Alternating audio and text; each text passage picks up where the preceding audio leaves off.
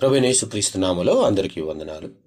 ఈరోజు దేవుని వాక్యము సామెతల గ్రంథం 24వ అధ్యాయము 6వ వచనం. వివేకము గల నాయకుడివై యుద్ధము చేయము, ఆలోచన చెప్పువారు అనేకులుండుట రక్షణకరము. ఈ వాక్యం మన జీవితంలో ఏ కార్యాన్ని సాధించడానికైనా, అనగా ఆత్మ సంబంధమైందైనా, కుటుంబ సంబంధమైందైనా, సేవా సంబంధమైందైనా మనకు జ్ఞానము మరియు సలహా చాలా ప్రాముఖ్యం అని తెలియజేస్తుంది. దేవుని జ్ఞానంతో ఆలోచించి మనం చర్య తీసుకోవాలి. ఇప్పుడు జ్ఞానం మనకు అవసరం. దేవుని జ్ఞానము లేకుండా మనం ఆత్మ సంబంధమైన యుద్ధాన్ని చేయలేం. అందుకే యాకోబు పత్రిక 1వ అధ్యాయం 5 ప్రకారం, మీలో ఎవరికైనా జ్ఞానం కొదువై ఉన్న ఎడల నన్ను అడగవలను.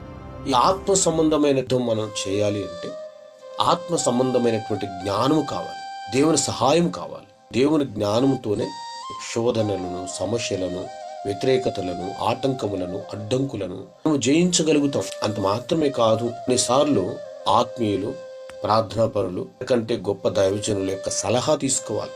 అలా తీసుకున్నప్పుడు అది మనకు రక్షణకరంగా ఉంటుంది. మోషే ఒక్కడే నాయకుడిగా ఉండి సమస్యలు ఎదుర్కొంటున్నప్పుడు తన మామ అయినటువంటి ఇత్రో మంచి సలహా ఇచ్చాడు. నీ ఒక్కడవే చేయవద్దు, నమ్మకమైన మనుషులు నియమించు.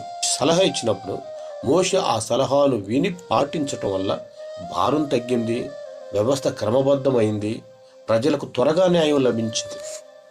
ఆత్మీయులు, ఆలోచన చెప్పు వారి యొక్క సలహా వలన రక్షణ వచ్చింది. కనుక మన జ్ఞానముతో ఈ లోక సంబంధమైనటువంటి సమస్యలతో పోరాడుతూ, అదేవిధంగా ఆత్మీయులు, దైవ సేవకుల యొక్క సలహా తీసుకోవటం వలన మనకు ఆదరణ, రక్షణ కలిగి ఇంకా ఆత్మీయంగా ఎదిగి బలపడే వారిగా ఉంటాం. ప్రేమ నమ్మకం కలిగిన తండ్రి వందనాలు. మా ఆత్మీయమైన క్రైస్తవ జీవితంలో కలిగినటువంటి దైవ సేవకుల నిర్ణయాలు, సలహాల ద్వారా ఇంకా మేము సులభతరంగా పరిచర్లో ముందు కొనసాగుతూ మీకు మహిమకరంగా నడుచులాగున సహాయం చేసి మీరు మహిమ తెచ్చుకోమని యేసుక్రీస్తు నామములో అడుగుచున్నాము తండ్రి. ఆమేన్.